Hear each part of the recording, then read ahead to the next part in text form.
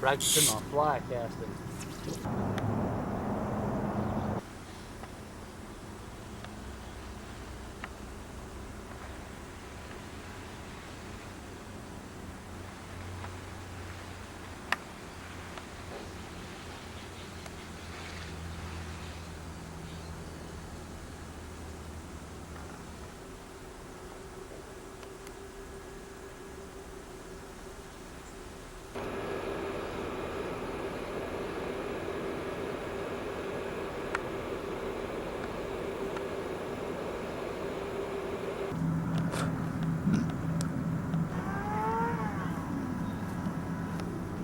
Today was pretty wild.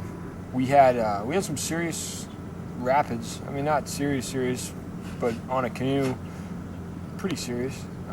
Coming through some wild whitewater whirlpools, rollers, you name it. We hit it, and it was a great day. Some amazing scenery, bald eagle, wild turkey, a lot of deer. We talked to some cool people along the way, and just really had an enjoyable ride. It was definitely a challenge though, but what really struck me was how amazing it was to see how much the water clarity changed from where we left to here. Just 30 miles down here, the water's really cloudy. Like, we were swimming in it yesterday. I wouldn't go out and swim in this stuff right now. It's kind of heartbreaking to think that this is going to be it the rest of the ride through.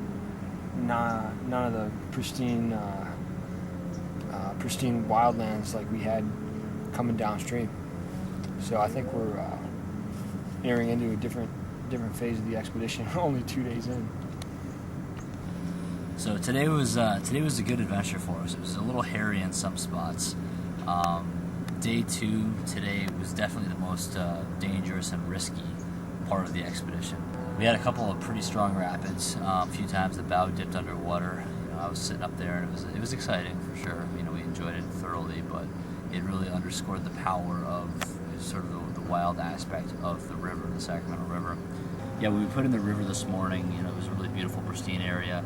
And as we continued on south, it almost got more wild. There was one point where we were going through basically a lava bed. Each side of the banks of the river was lava rock. But because that's so fixed, it creates these little swirls that can create a whirlpool. So there was one point where Kristian and I were paddling through, and we felt the canoe just kind of twist and pull, and the right rail on the starboard side almost dipped down into the water. He managed to stick his oar in and kind of work it a little bit and pull out of it, between the two of us paddling hard and pulling through that section.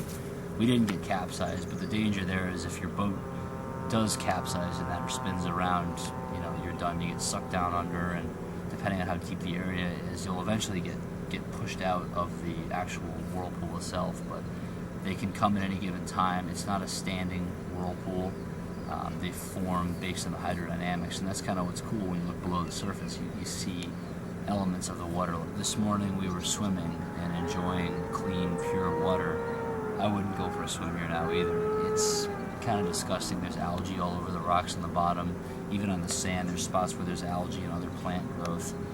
That's largely due to nitrogen and phosphorus that gets dumped in the river from farms and from runoff from people's lawns from using fertilizer like Scott's. That ends up in the water and it causes algae blooms. It's bad for animal life because that sucks all the oxygen out of the water, and that's why we don't see as many fish down here. So it's been a good adventure. It's definitely frustrating to see how much the biodiversity has diminished over the period of the trip that we've been on. But it is what it is. That's the river, that's the nature of it, and that's what we're here to explore and kind of rediscover. We're going to continue on south. Down below me now is the Red Bluff diversion dam, so we'll blow through that in the morning. The gates are open, so we'll actually be able to shoot a dam instead of a rapid, which is sort of an interesting perspective. And we're hoping to find some more pristine spots downstream before we get to the city of Sacramento, where we'll probably be going through a lot of man-made obstacles, bridges, paved over rivers. But again, that all remains to be seen. So it's been a good day. Definitely a little sore. Looking forward to some sleep again tonight and to what lies over the next 8 days. Yeah, we're getting Guy ready to catch us dinner. We won't eat more beans. Kristian's updating the Twitter and the Facebook accounts. Pump's working hard, bringing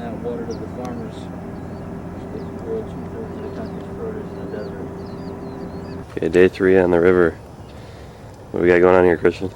We got to get a guy on the road and make sure the truck's running well. Just changing the vegetable oil filter. But the system works great. We've got a heated fuel system that essentially warms up the oil hot enough to atomize it and inject it in the truck. So we don't have to burn very much diesel fuel. Just start the truck on diesel, let it warm up to operating temperature, and there's a coil that goes back. It's actually a heat exchanger in the vegetable oil tank. That heat exchanger is fed from the antifreeze line, and as the truck warms up, the oil warms up. You got to fill the filter up with something that'll burn: diesel fuel, veggie oil, transmission fluid.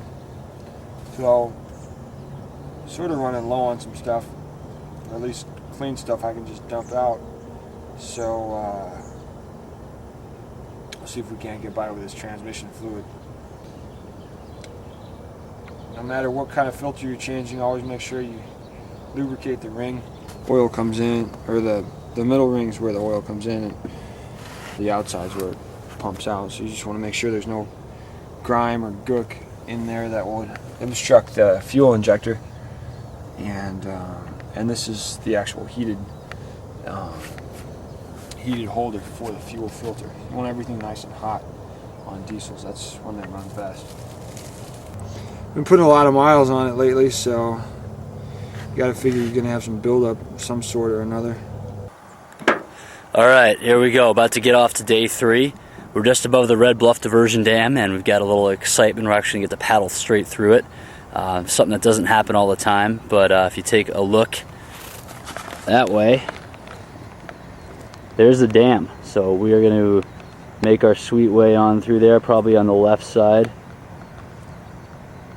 Blow through there and continue on downstream.